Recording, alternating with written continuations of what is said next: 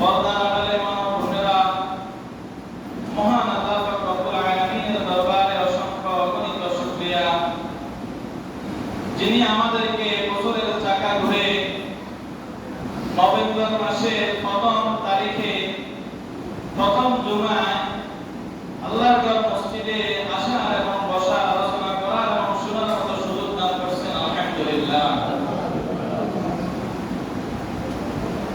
আমি মহান গ্রন্থ আল কুরআন থেকে সূরাতুল বাকারার শেষ আয়াত থেকে তেলাওয়াত করেছি।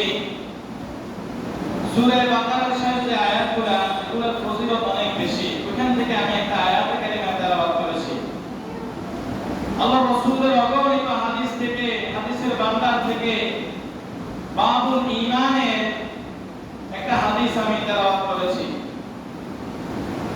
আমার হাদিস এবং কোরআন কারীমের আয়াতের তেলাওয়াতের উদ্দেশ্য হলো, আমরা যে গত কয়েক জুমায় তেলাওয়াত শুনেছিলাম, আলোচনা শুনেছিলাম, শিরক, কুফর, ইসলাম, ঈমান, মুসলমান, হিন্দু, খ্রিস্টান ধর্মের ইবাদত, বন্দেগী, পূজা, তাদের ভিতরে তারতম্য, ব্যবধান কোথায়? তারা তো পূজা করে, শিরক করে, আর তাদের ভিতরে আমাদের মধ্যে ডিভাইডিং কোথায়? ওই আলোচনাগুলো করতে গিয়ে গত জুমায় আমরা বলছিলাম, ইবলিসের কথা বলে আলোচনা শেষ করছিলাম যে ইবলিস আদম আলাইহিস সালাতু ওয়াস সালামের মুখে দিয়ে ঢুকে সমস্ত শরীর পর্যবেক্ষণ করে পিছনের রাস্তা দিয়ে বাইরে এসেছিলেন। কিন্তু যখন ইবলিসকে বলছিল, আল্লাহ পাক রব্বুল আলামিন বলছে যে ইবলিস তুমি আদমকে সিজদা করো, সকল ফেরেশতারা সিজদা করলো। ফাসাদাল মালায়েকাতু কুল্লুহুম আজমাইন ইল্লা ইবলিস আবা ওয়াস্তাকবারা ওয়া কানা মিনাল কাফিরিন। আল্লাহর হুকুম ছিল যে তুমি আদমকে সিজদা করো, সকল ফেরেশতা সিজদা করছে, কিন্তু আদম, ইবলিস কি করে নাই? সিজদা করে নাই। আল্লাহর একটা মাত্র হুকুমকে ইবলিস অমান্য করছে। তো এইজন্য আমাদের জিন্দেগি, আমাদের জীবনের পরিচালনা হতে হবে রাসূলের তরিকা অনুযায়ী, সিস্টেম অনুযায়ী। আল্লাহর হুকুম বাস্তবায়ন হবে রাসূলের সিস্টেম অনুযায়ী, নিয়ম অনুযায়ী, তরিকা অনুযায়ী। তরিকা বেশকম হলে হবে না।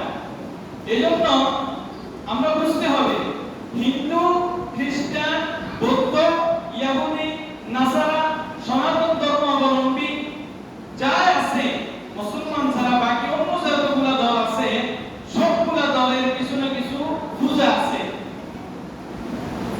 আল্লাহ পাক রব্বুল আলামিনকে তারা যে বিশ্বাস করে আল্লাহ এক, মানে আল্লাহ একজন আছে, প্রভু একজন আছে, তারা এটা মানে, কিন্তু তাদের এই মানাটা তরিকা অনুযায়ী নয়, তাদের এই মানাটা আল্লাহর রাসূলের সিস্টেম অনুযায়ী নয়, আল্লাহর হুকুম অনুযায়ী নয়।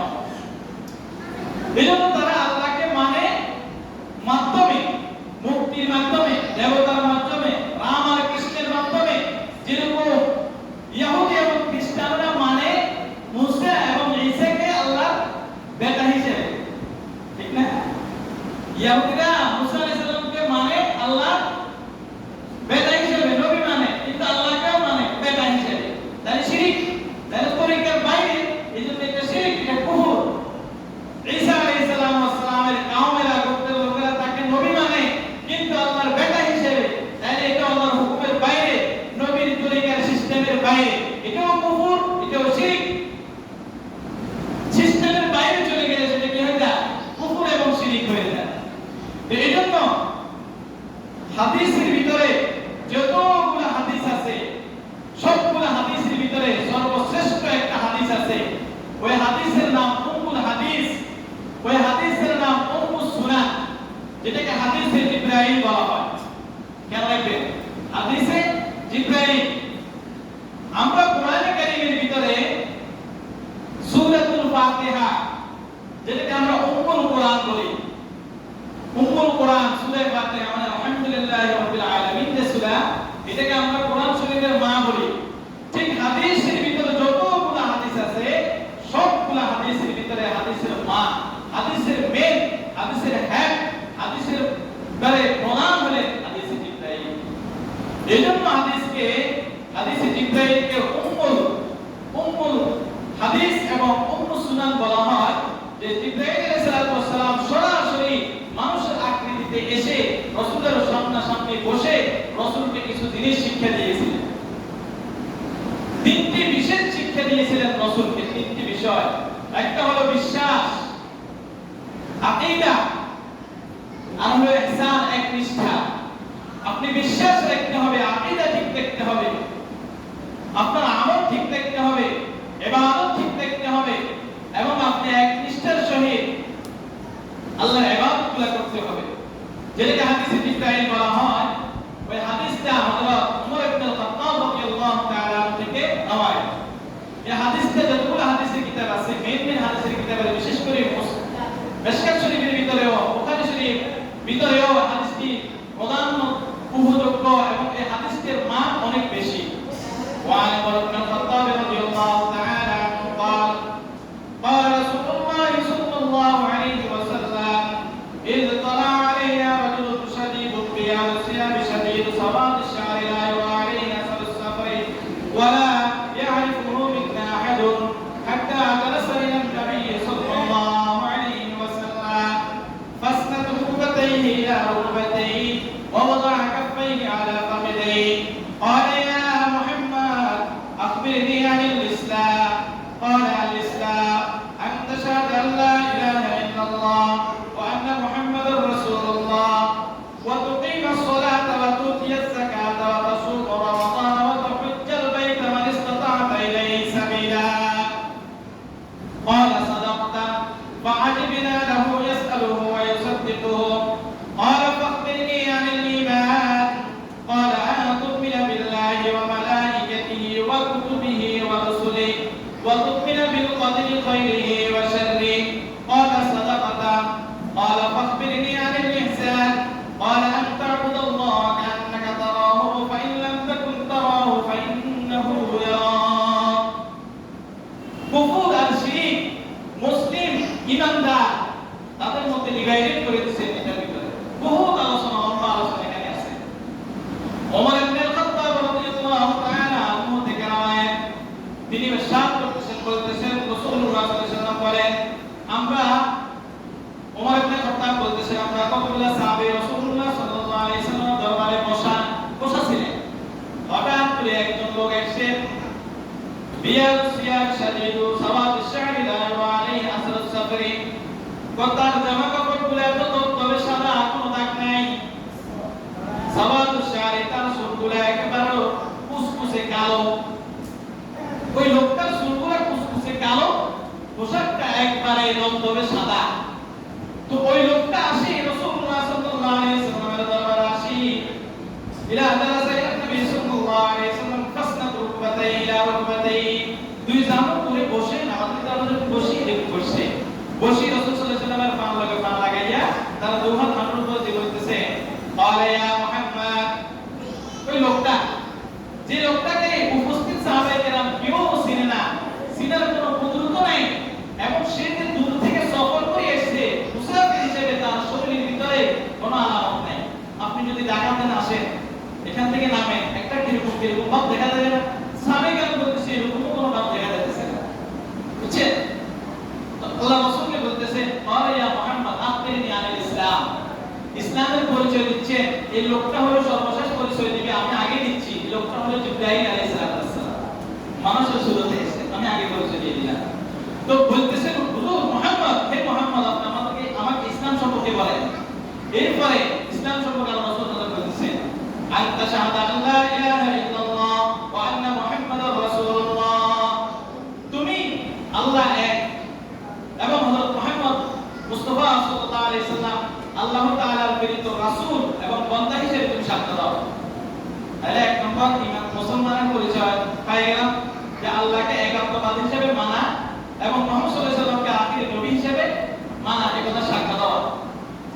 ওয়া তুকিমাস সালাত, নামাজ প্রতিষ্ঠা করা। ওয়া তুতিয়াজ যাকাত, যাকাত প্রদান করা। ওয়া তাসুমু রমাদান, রমজানের রোজা রাখা। ওয়া তাহুজ্জাল বাইতা মান ইসতাতাআ ইলাইহি সাবিলা, তোমার যদি যাতায়াতের পথের খরচ সম্ভব হয়, তোমার উপরে যদি হজ ফরজ হয়, সাধ্য হয়, শক্তি হয়, তুমি আল্লাহর ঘর জিয়ারত করো, মানে তুমি হজ করো।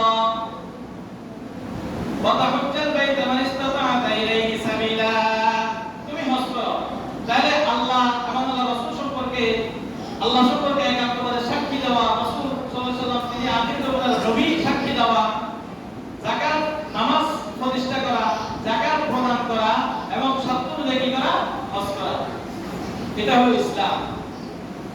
আচ্ছা, কথা খেয়াল করবেন, ইসলাম আর ঈমানের মধ্যে পার্থক্য কিভাবে আসছে, এরপরে কুফরের মধ্যে পার্থক্য কিভাবে আসছে এটা বুঝে আসবে।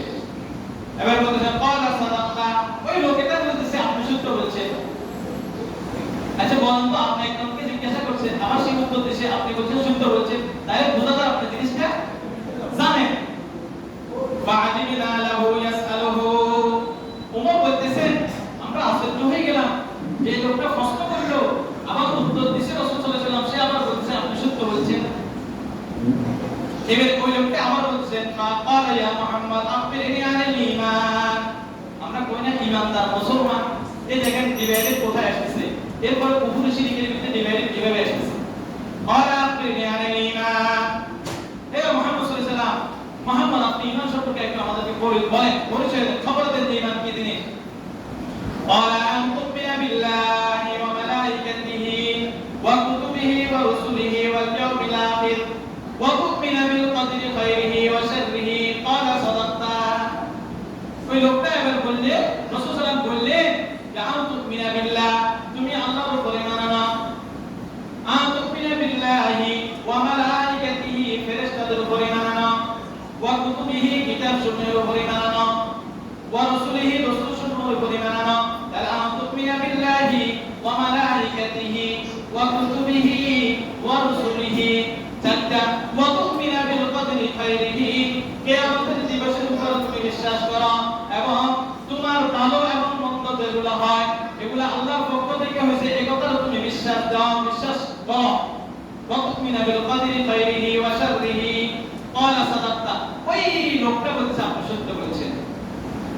এরপরে ওই লোকটা আবার বলছে ক্বালা ফাখবিরনি আনিল ইহসান, ইখলাস কি জিনিস, ইহসান কি জিনিস, দয়া কি জিনিস, আপনি আমাদেরকে একটু বলেন। তাহলে রাসূল সাল্লাল্লাহু আলাইহি ওয়াসাল্লাম বলতেছেন ক্বালা আল ইসলাম ক্বালা আল ইহসান আন তা'বুদাল্লাহ কাআন্নাকা তারাহু ফাইন লাম তাকুন তারাহু ফাইন্নাহু ইয়ারাক, তোমরা এমন ভাবে ইবাদত করো যেন তোমাদেরকে আল্লাহ পাক রব্বুল আলামিন তুমি আল্লাহ পাক রব্বুল আলামিনকে দেখতেছো, এমন ভাবে ইবাদত করো যেন তুমি আল্লাহকে দেখতেছো। যদি এরকম মনে না হয় তাহলে এটা অন্তরে পোষণ করো যে তোমাকে আল্লাহ পাক রব্বুল আলামিন দেখতেছে। তিনটা জিনিসের কথা হাদিসে জিবরাইলের ভিতরে আলোচনা আছে, একটা হলো ইসলাম, একটা হলো ঈমান, আর একটা হলো ইহসান। তিন জিনিস, এই তিন জিনিস জানলে ঈমানদার মুসলমানের পরিচয় পাই যাবো। এই তিন জিনিসের বাইরে যেটা, সেটা হলো কুফর, সেটা হলো শিরক, সেটা হলো মুশরিক, সেটা হলো কাফের, সেটা হলো কাফের। এবার আসেন আল্লাহ রাসূল সাল্লাল্লাহু আলাইহি ওয়াসাল্লামের হাদিস এবং কোরআন, হাদিসটা একটা বললাম, আরো একটা আছে সূরা বাকারার শেষ আয়াত, আমানার রাসূলু বিমা উনজিলা ইলাইহি মির রাব্বিহি ওয়াল মুমিনুন।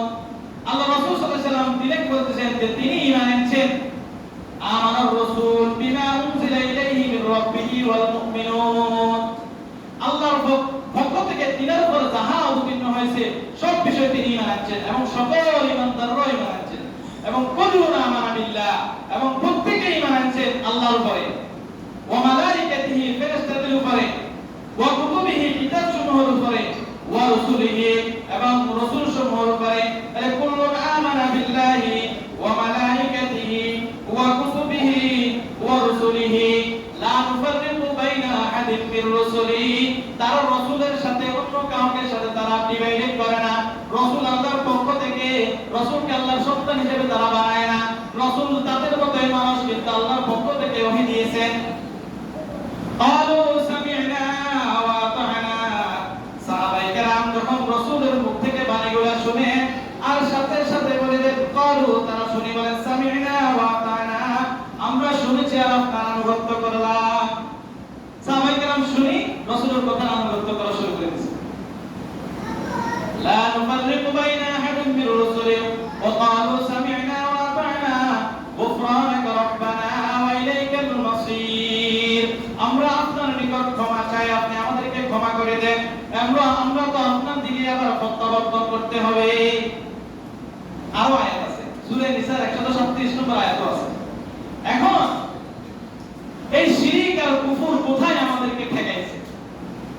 হিন্দু এবং খ্রিস্টান তারা আল্লাহকে মানে বা শিরক, দেবতা, মূর্তি, রাম, কৃষ্ণ, প্রতিমা, কালী পূজা, দুর্গা পূজা, সরস্বতী পূজা, লক্ষ্মী পূজা, যতগুলো পূজার জন্য তারা প্রতিমা বানায়, এগুলোর মাধ্যমে তারা আল্লাহকে মানে। তাহলে এটা হলো কি? শিরক। আল্লাহ বলছে আমার উপরে তোমরা, এক নম্বর আল্লাহ বলছে আমার উপরে তোমরা ঈমান আনো, এমন ভাবে ঈমান আনো আমার সাথে আর কাউকে পৃথিবীতে শরীক করা যাবে না। আমি কারো থেকে আসি নাই, আমার কেউ জন্ম দেয় নাই, বলছিলাম। তাহলে এই কুল কায়নাতের মালিক হলেন আল্লাহ, এই পৃথিবী সৃষ্টি করলেন আল্লাহ, 18 মাখলুক সৃষ্টি করলেন আল্লাহ, গরু থেকে দুধ দিতেছেন আল্লাহ, সাগর সমুদ্রগুলো লালন পালন করতেছেন, পরিচালনা করতেছেন আল্লাহ, পাহাড় পর্বতগুলো ঠিকমতো রাখছেন আল্লাহ, ওয়াল জিবালা আওতাদা ওয়া খালাকনাকুম আজওয়াজা, পাহাড়গুলোর ভিতর পাহাড়গুলোকে জমিনের ভিতর টুকরা হিসেবে ব্যবহার করেছেন আল্লাহ, এবং সাগরের ভিতরে লক্ষ লক্ষ হাজার হাজার আইটেমের মাছ খাওয়া দাওয়ার ব্যবস্থা করতেছেন আল্লাহ। গরুর ভিতরে যত মহারত রকমের খাওয়া দিলাম, কিন্তু গরু আমাকে সাদা সাদা দুধ দিচ্ছে, এটা মানুষের পক্ষে সম্ভব নয়, গরুর পক্ষে সম্ভব নয়। এটা আল্লাহ পাক রব্বুল আলামিনের উসিলা আল্লাহ পাক রব্বুল আলামিনের অর্ডার দিচ্ছে, এই কথার উপর বিশ্বাস করা।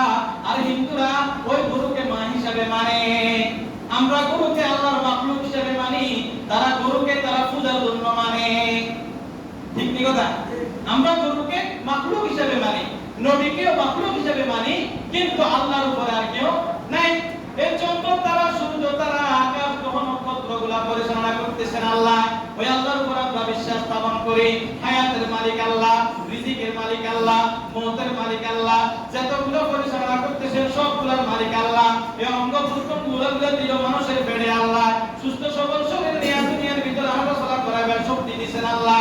আল্লাহ হলো হাইয়ুন, আল্লাহ হলো কাইয়ুম, আল্লাহ হলো হাইয়ুন ওয়া কাইয়ুম। আল্লাহর সাথে কাউকে শরীক করার কোনো সুযোগ নাই। যদি শরীক করতে যান তাহলে আল্লাহর মাখলুক আল্লাহ কি হয়ে গেল? শরীক হয়ে গেল না? কথা হয়ে গেল না? আল্লাহ যাদেরকে বানাইলেন, তোমাকে আমি হাত দিলাম, তোমাকে আমি পা দিলাম, তোমাকে চোখ দিলাম, তোমাকে কান দিলাম, তোমাকে ব্রেন শক্তি দিলাম, হজম শক্তি দিলাম, সবগুলো দিয়া খাওয়ার ব্যবস্থা, রিজিকের ব্যবস্থা আমি করলাম। আমার দেওয়া রিজিক খাইয়া শক্তি বানাইয়া, আমার দেওয়া রিজিক খাইয়া ব্রেন শক্তি উত্তপ্ত করিয়া, মাটি দিয়া খেরে দিয়া দুর্বল বানাইয়া হরিবল হরিবল করলা। আর এই শক্তি কে দিল একবার খেয়াল করলা না? আর তার জন্য তুমি মাথাগুলো নত করতেছ। এই মাথা কে বানাইলো? এই হাত কে বানাইলো? এই পা কে বানাইলো? এই চোখ কে বানাইলো? এই নাক কে বানাইলো? একবার তুমি খেয়াল করলা না? এই হাত আর নাক চোখ দিয়া তুমি মুক্তি বানাইয়া আবার সেই মুক্তিকে হরে হরে রাম রাম করতেছ। তাহলে ব্যবধান পাইছি? আমরা মানি মাখলুক, তারা মানে মাখলুক না, তারা আল্লাহর অংশ হিসেবে মানে। এটা হলো শিরক। তাহলে আল্লাহ সম্পর্কে জানলাম। এবার আসেন, আল্লাহর পরে হলো রাসূল। যতগুলো রাসূল আছে আমরা সবগুলো রাসূলকে মানি, সবগুলো রাসূলকে মানি। কি হিসেবে মানি? সবগুলো রাসূল হলেন আল্লাহর পক্ষ থেকে প্রেরিত নবী এবং রাসূল, এবং তাদেরকে আল্লাহর পক্ষ থেকে কিতাব দেওয়া হয়েছে। 160টা কিতাব, 100টা সহিফা, 60টা বড় কিতাব, 60টি বড় কিতাব। প্রথম নম্বর বড় কিতাব হলেন তাওরাত, যেটা হযরত মুসা আলাইহিস সালামের উপর নাযিল হয়েছে। আমরা ওই কথার উপর ঈমান আনি, কিন্তু তারা এই কথার উপর ঈমান আনে না। কোন হিন্দু ঈমান আনে না, কোন খ্রিস্টান ঈমান আনে না, কোন বৌদ্ধ ঈমান আনে না, কোন নাসারা ঈমান আনে না, কোন ইহুদি ঈমান আনে না, কোন সনাতন ধর্মাবলম্বীরা ঈমানের উপরে বিশ্বাস করে না, ঈমান আনে না। আমরা এটা বিশ্বাস করি যে তাওরাত হযরত মুসা আলাইহিস সালামের উপর অবতীর্ণ হয়েছে। তারপরে জাবুর, এই কিতাবটি হযরত দাউদ আলাইহিস সালামের উপর অবতীর্ণ হয়েছে, কিন্তু তারা এটা মানে না। ইনজিল হযরত ঈসা আলাইহিস সালামের উপর নাযিল হয়েছে, আমরা এটা বিশ্বাস করি, কিন্তু তারা এটা মানে না। সর্বশেষ মহাগ্রন্থ কোরআন হযরত মুহাম্মদ মুস্তাফা সাল্লাল্লাহু আলাইহি সাল্লামের উপর অবতীর্ণ হয়েছে, এটা আমরা মানি, কিন্তু তারা সেটা মানে না। আর এই কোরআন নাযিল হওয়ার পরে বাকি আর যতগুলো কিতাব আছে সবগুলো কিতাব রহিত হয়ে গেছে। এখন হুকুম চলবে একমাত্র কোরআন শরীফে। এই কথার উপর আমরা ঈমান আনি, বিশ্বাস করি, আমল করি, তারা করে না। তাহলে আল্লাহর কথা বললাম, রাসূলের কথা বললাম। এবার আসেন আল্লাহর কথাও মানলাম, রাসূলের কথাও মানলাম, ওয়া মালাইকাতিহি ওয়া কুতুবিহি, রাসূলগুলোকেও মানলাম, যতগুলো কিতাব অবতীর্ণ হয়েছে কিতাব সমূহের উপরে ঈমান আনলাম। ওয়াল ইয়াউমিল আখির, কিয়ামতের দিবস একটা হবে, কিয়ামতের বিচার দিবস একটা হবে, ওই বিচার দিবস কায়েম করবেন একমাত্র আল্লাহ, কারো পক্ষে সম্ভব নয়। এটা আমরা ঈমান আনি এবং বিশ্বাস করি। কোন হিন্দু ধর্ম, সনাতন ধর্ম অবলম্বীরা, কোন খ্রিস্টান আর ইহুদিরা সেটা বিশ্বাস করে না।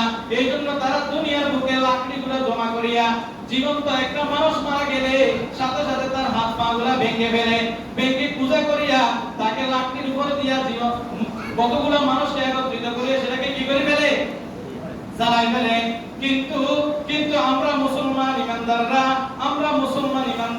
একটা মানুষ মারা গেলে তার জন্য কাফন দাফনের ব্যবস্থা করি, গোসলের ব্যবস্থা করি, জানাজার ব্যবস্থা করি, সুন্দর করে মাটি কুড়িয়া এরপরে গর্ত করিয়া 3.5 হাত গর্তের ভিতরে, বুক সমান গর্তের ভিতরে, 1.5 হাতের ভিতরে ওই মানুষটাকে রাখিয়া বাঁশের ছাউনি দিয়া, বরফ দিয়া, প্লাস্টিক দিয়া, মাটি দিয়া তারপরে দাফন করিয়া তার জন্য আমরা জিয়ারত এবং মাগফিরাতের কামনা করে চলে আসি। কিন্তু হিন্দু ধর্ম অবলম্বী যারা আছে, সনাতন ধর্ম অবলম্বী যারা আছে, খ্রিস্টান বৌদ্ধ যারা আছে, তারা তাদের ঠাকুর এবং তাদের কোন ব্যক্তি মারা গেলে অবস্থা করে না। আর আমরা এটার উপর ঈমান আনি, তারা এটার উপর ঈমান আনে না, এটা বিশ্বাস করে না। পাওয়া গেছে নি? তাহলে কিতাবও মানি, রাসূলও মানি, কিয়ামতের দিবসও মানি, ওয়াল ইয়াউমিল আখির, তারপরে কিয়ামতের দিবস, মৃত্যুর পর জীবন আছে, মৃত্যুর পরে আবার জীবন দান করবেন। কাইফা তাকফুরুনা বিল্লাহ ওয়া কুনতুম আমওয়াতান ফাআহইয়াকুম সুম্মা ইউমীতুকুম সুম্মা ইহয়ীকুম। ও আল্লাহ পাক রব্বুল আলামিন, তুমি মৃত ছিলা, তোমার মায়ের পেটে জীবন দান করছে, এরপর তোমাকে আবার জীবন দান করছে, এরপর মৃত্যু দিছে, এরপর তোমাকে আবার মাটির ভিতরে জীবন দান করবে। এই শক্তি একমাত্র আল্লাহ পাক রব্বুল আলামিনের। কোন রাম আর কৃষ্ণের আর দেবতার নাই, কোন হিন্দু ধর্ম, খ্রিস্টান ধর্ম, বৌদ্ধ ধর্ম অবলম্বীদের এই আত্মবিশ্বাস তাদের নাই। আমরা মুসলমান ইমানদারদের ভিতরে সেটা আছে, এটা আছে মানে। এখন ভালো মন্দ খারাপ কার পক্ষ থেকে হয়? আল্লাহর পক্ষ থেকে হয়। আমরা মুসলমান ইমানদার মা বোনেরা অনেক সময় আমরা মুখে দিয়ে অনেক কথা বলি ফেলি। ভালো যদি হয় আল্লাহর পক্ষ থেকে, খারাপও যদি হয় আল্লাহর পক্ষ থেকে। আল্লাহ আমাকে একটা সন্তান দিল না, আল্লাহর ফয়সালা, আলহামদুলিল্লাহ। আল্লাহ ছেলে দিল, আলহামদুলিল্লাহ। আল্লাহ মেয়ে দিল, আলহামদুলিল্লাহ। আল্লাহ ছেলেও দিল, মেয়েও দিল, আলহামদুলিল্লাহ। আল্লাহ ছেলে মেয়ে উভয় দিল, আলহামদুলিল্লাহ। আল্লাহ কিছু দিল না, আলহামদুলিল্লাহ। আল্লাহ মেয়ে বানাইছে, আলহামদুলিল্লাহ। আল্লাহ ছেলে বানাইছে, আলহামদুলিল্লাহ। একটা মেয়ের 5টা 6টা 7টা 8টা মেয়ে হইছে, আলহামদুলিল্লাহ। ওই মেয়ের কোনো ক্ষমতা নাই, ওই বাপের কোনো ক্ষমতা নাই ওই মহিলাকে তিরস্কার করার, ওই মহিলাকে সমাজের ভিতরে কাঁচরা চোখে দেখার কোনো সুযোগ নাই, কোনো সুযোগ নাই। কার মাধ্যমে হয়েছে? আরে আল্লাহ আমার একটা সন্তান দিল, 2 দিনও ভালো থাকে না, 2 দিনও ভালো থাকে না, খালি জ্বর, খালি কাশ, খালি সর্দি, খালি লাগিয়ে থাকে। মহিলারা কই বলি ফেলে এটা শিরক, এটা বলার সুযোগ নাই। এটা আল্লাহর পক্ষ থেকে আসছে আমার জন্য, আমি শুকরিয়া, আলহামদুলিল্লাহ, আমি এটা মেনে নিতে হবে। আচ্ছা আসেন, ইসলাম অর্থ কি, ঈমান অর্থ কি, কুফর অর্থ কি, শিরক অর্থ কি? দেখবেন ইসলাম হলো এমন একটা শব্দ যেটা ঈমান আল ইসলামু আল তাআতু মানে বতাআতু দরতান নিহাদ, আল ইনকিয়াদু বিযাহির মানে আপনি আনুগত্য করা, মাথা নত করা প্রকাশ্যে। আমরা সেটা করি না, গোপনে করি না, মানুষে দেখে। এটা হলো বতাআত দরতান নিহাদান, একবারে আল ইনকিয়াদ বিযাহির, মাথা নয়ে দেওয়া আল্লাহর জন্য। আর ঈমান এমন এক জিনিস, আল ইনকিয়াদ ওয়া তাসদীক আর রাহমা আল ইখলাস। ঈমান এমন এক জিনিস, ঈমান হলো যে অন্তরে বিশ্বাস স্থাপন করার নাম হলো ঈমান। আর তাসদীক অন্তরে বিশ্বাস স্থাপন করা।